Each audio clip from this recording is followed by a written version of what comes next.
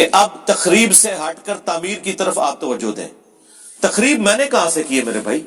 تخریب تو انہوں نے کی جنہوں نے امت کو سنی شیعہ فرقوں میں بانٹ دیا.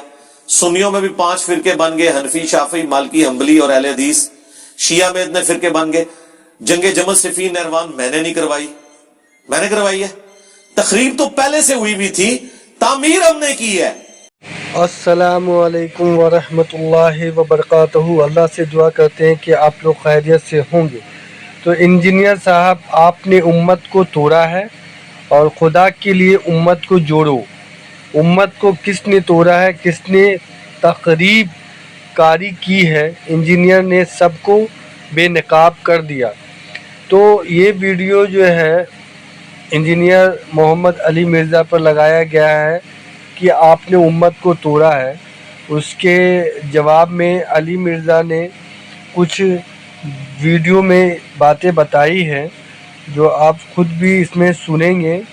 اور یہ جو معاملہ ہے توڑنے کا اور جوڑنے کا، یہ دونوں چیز جو ہے انجینئر محمد علی مرزا جو ہے وہ جواب دیں گے کہ انہوں نے توڑا ہے یا جوڑا ہے، یا حقیقت بتائی ہے، یا جو صحیح بات ہے لوگوں کے سامنے رکھی ہے اور جو اللہ اور اللہ کے رسول نے بتایا ہے وہ بتا رہے ہیں، یا اپنی من گھڑت باتیں ہیں، یا قرآن حدیث کے حوالے میں بتا رہے. یہ ساری چیزیں جو آپ کو اس ویڈیو میں ملے گی اور آپ بھی سنیں. اور آپ کو اللہ تعالیٰ نے اتنا عقل اور سمجھ دیا ہے کہ آپ کس کی باتوں کو سمجھیں اور کس کی باتوں پر چلیں. اور چلنے کی جہاں تک بات ہے تو قرآن حدیث آپ کے سامنے ہے، آپ اسے پڑھیں، سمجھیں. اور اللہ تعالیٰ نے بہت آسان کیا ہے انسانوں کے لیے ہر معاملہ. تو اللہ ہم سب کو ہدایت دے. آمین ثم آمین. تخریب کو ہائی لائٹ کرنا، یہ تو اسی طریقے سے کہ ایک ڈاکٹر کے پاس آپ جائیں، آپ کی ٹانگ بھی ٹوٹی ہوئی ہو، آپ کو ہیپاٹائٹس بھی نکل آئے، آپ کا ایچ بھی کم ہو، کولیسٹرول بھی بڑھا ہوا ہو، یہ ساری چیزیں ٹیسٹ کے بعد ڈاکٹر آپ کو کہے جی آپ کے ساتھ یہ ہو گیا ہے، آپ کہے جی آپ تخریبی باتیں کر رہے ہیں. وہ کہے گا بھائی تخریب تو آپ کے اندر خود ہوئی ہے، آپ کے اپنے کیے ہوئے کرتوت سامنے آئے ہیں بیماری کی شکل میں. ٹھیک ہے جی، آپ نے نہ کولیسٹرول کی پرواہ کی، نہ کھانے پینے کی، آپ نے میدا بھی اپنا برباد کر دیا. میرا کیا قصور ہے؟ میں تو آپ کو بتا رہا ہوں کہ تخریب ہوئی ہے، اب اس کا علاج کرنا ہے. تو علاج کے لیے جو تخریب ہوئی ہے نا اسی کا علاج کرنا ہے نا. کولیسٹرول اگر زیادہ ہے تو میں نے کولیسٹرول کے اعتبار سے آپ کی گائیڈنس کرنی ہے نا، یہ تو نہیں کہ میں نے آپ کو نزلہ زکام کی دوائی دینی ہے. تو اس وقت سب سے بڑا کینسر کیا ہے؟ فرقہ واریت. ٹھیک ہے، عقیدہ توحید کے اندر خرابیاں، قبر پرستی، شرک، رسول اللہ کو چھوڑ کر بابوں کو ماننا، یہی بیماریاں ہیں جن کا علاج کرنا ہے. تو یہی تو تعمیر ہے. آپ کیا کہہ رہے ہیں تعمیر کیا ہے؟ کہ میں تبلیغی جماعت کی طرح ایک جملہ تو بول دوں اور عمل اس پہ نہ کروں. تبلیغی جماعت کیا جملہ بولتی ہے؟ اللہ کے احکامات کو نبی علیہ السلام کے طریقوں پر پورا کرنا. یہی کہتے ہیں نا. تو خود کر رہے ہیں وہ. اللہ کے احکامات قرآن میں لکھے ہوئے ہیں فضائل اعمال میں. قرآن کا کہاں پہ درس ہوتا ہے؟ کس تبلیغی جماعت کی مسجد میں ہوتا ہے؟ ترجمے والا قرآن رائے ونڈ میں نہیں ہے. جائیں ان کا سٹال دیکھ لیں. میں خود گیا، انہوں نے کہا جی اختلاف پیدا ہوتا ہے، حضرات نے منع کیا ترجمے والا قرآن ہے. اور میں کہا یار اپنے ابے دا ہی رکھ لو، اشری تانوی دا، چلو سارے فرقے دا رکھ لو. اچھا، اور نبی کے طریقے بخاری مسلم سے پتہ چلیں گے یہ فضائل سنت اور فضائل اعمال سے؟ بخاری مسلم سے. تو پریکٹیکلی ہم ہی تو عمل کر رہے ہیں. تقریب تو یہ لوگ کر رہے ہیں. اور پھر اور جی نماز پڑھنے کا کہ بھائی نماز پڑھنی ہے تو ٹھیک ہے، پھر پیچھے ہاتھ باندھ کے پڑھیں. تو کچھ تو بتائیں گے نا. جی اللہ کو ماننے کا کہ بھائی اللہ کو مانیں گے تو بتائیں گے نا ایاک نعبد و ایاک نستعین. اس کے بعد یہ بھی بتائیں گے کہ بابوں کو نہیں پکارنا. جیسے یہ بتائیں گے فساد شروع ہو جائے گا. یہ وہی جملے ہیں جو مشرکین عرب رسول اللہ کے بارے میں کہتے تھے کہ اے اللہ اس محمد کو ہلاک کر جس نے باپ کو بیٹے سے، بیٹے کو باپ سے، بھائی کو بھائی سے جدا کر دیا. ہم قریش ایک قوم تھے، اس نے آ کے تخریب کاری یہاں پہ کی ہے کہ 2 پارٹیاں بن گئی ہیں اور آج بدر میں یہ حالت ہے کہ باپ اس طرف کھڑا ہے، بیٹا اس طرف کھڑا ہے. رسول اللہ کو تخریب کار سمجھتے تھے کافر. حتیٰ کہ سورہ الانفال میں ہے کہ اے اللہ اگر یہ نبی سچا ہے تو آسمان سے ہم پہ پتھر نازل فرما، ہم اس کا انکار کر رہے ہیں. پتھر کوئی نازل نہیں ہوتے تھے، کہتے تھے دیکھ لو جھوٹا ہے.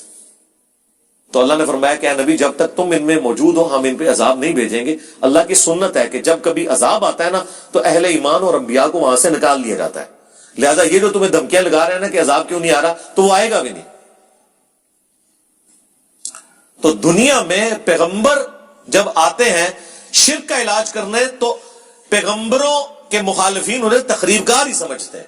آج بھی جو شخص رسول اللہ کی دعوت پیش کرے گا تو رسول اللہ کے طریقے سے ہٹنے والے لوگ اسے تخریب کار ہی سمجھیں گے.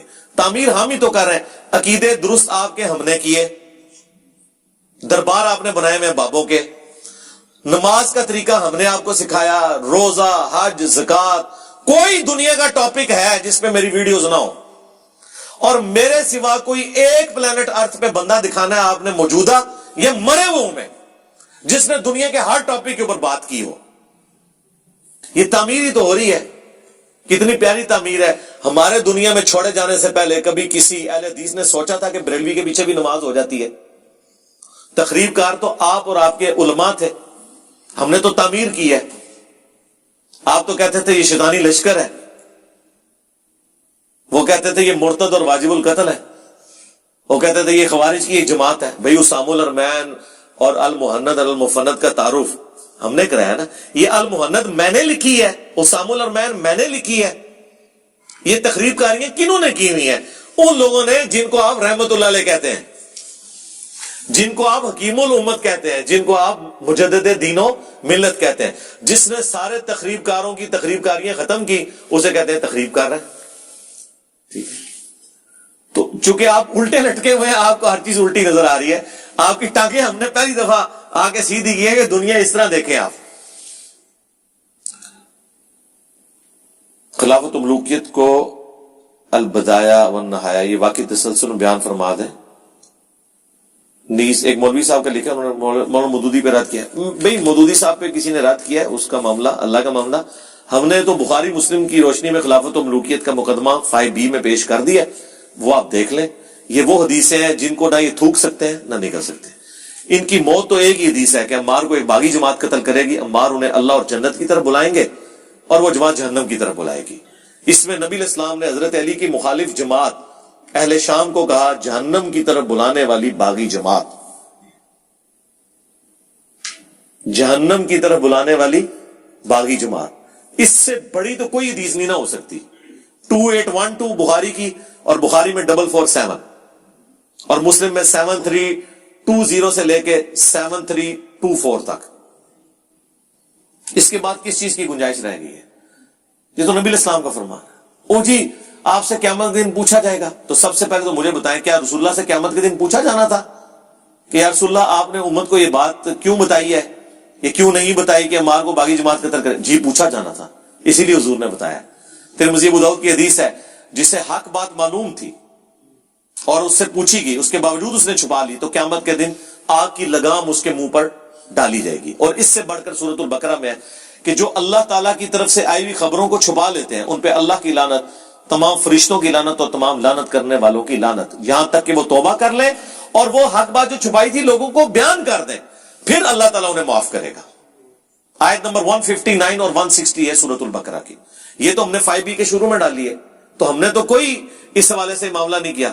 تو اگلے دن لائیو سٹوری میں ہمارے شاہد بھائی سے کسی نے یہی بات کی نا کہ جی علی بھائی سے پوچھا جانا تھا, تو شاہد بھائی نے فی البدی ایک جملہ بولا. انہوں نے کہا کہ امام بخاری سے یہ پوچھا جانا تھا کہ تم نے حدیث عمار لکھی ہے یا نہیں لکھی, اسی لیے انہوں نے لکھی ہے نا. یہ تو امام بخاری سے پوچھو کہ حدیث عمار کیوں لکھی, کہ حضرت صاحب آپ سے پوچھا جانا تھا کہ آپ نے حضور کی حدیث لکھی ہے کہ نہیں, اس لیے آپ نے ڈر کے لکھ دی. یقیناً پوچھا جانا تھا اسی لیے لکھی. تو ہم تو بیان کر رہے ہیں, ہم تو ڈاکی ہیں, اور امام بخاری تو شاہی کوئی نہیں, یہ تو رسول اللہ کا فرمان ہے. میرے خیال میں جو حدیث عمار سے بھاگتے ہیں نا وہ اپنے ایمان کی فکر کرے, وہ رسول اللہ پر تہمت لگا رہے ہیں. رسول اللہ سے بڑھ کر کوئی نہیں تھا اپنے صحابہ کا دفاع کرنے والا. اگر اللہ کے نبی یہ لحاظ نہیں کر رہے تو سرکار, میں تو کہتا ہوں اہل صفین قبروں سے نکل آئے نا, اور وہ آ کے کہیں حدیث عمار بیان نہ کرو, اور ان نکلنے والوں میں حضرت معاویہ رضی اللہ تعالیٰ عنہ, عمر بن عاص رضی اللہ تعالیٰ عنہ اور مغیرہ ابن شعبہ رضی اللہ عنہ مجمعین ہی کیوں نہ ہو, تو ہم انہیں کہیں گے نہ سر رکو ذرا, صبر کرو, ہم نے تمہارا کلمہ نہیں پڑھا, ہم نے کلمہ اس کا پڑھا ہے جس کی قبر مدینے میں ہے. بس تو ਤੁਹਾਡੇ ਮੌਲਵੀਆਂ ਦੇ 20 ਲੋਕ ਸਾਨੂੰ ਕੀ ਤੰਗ ਕਰਨਗੇ? ਤੁਸੀਂ ਜਿਨ੍ਹਾਂ ਦਾ ਦਿਫਾ ਕਰ ਰਹੇ ਹੋ ਵੀ ਬਾਹਰ ਨਿਕਲਣਾ ਸੀ, ਉਹਨਾਂ ਦੀ ਵੀ ਨਹੀਂ ਗੱਲ ਮੰਨਣੀ। اور اس سے بڑھ کر ہم انہیں ساتھ یہ بھی کہیں گے کہ حضرت ہماری قسمت اچھی ہے کہ ہم آپ کے زمانے میں نہیں، ورنہ آپ کے اوپر تلوار ہم سونت لیتے مولا علی کے حق میں، اور آپ کی قسمت اچھی ہے کہ آپ ہم سے بچ گئے، لیکن اب ہم اپنی زبان تو کم از کم کھولیں گے۔ اس زمانے میں تو ہم نے تلوار بھی اٹھا لینی تھی، تو اب آپ تلوار سے بچ گئے لیکن زبان سے نہیں بچیں گے، اس لیے کہ رسول اللہ نے فرمایا۔ رسول اللہ سے ٹکر نہیں، وہ مولانا صاحب علی گل کہ نبی نے ٹکر لے لوا میں، نہیں، یہ نہیں ہو سکتا۔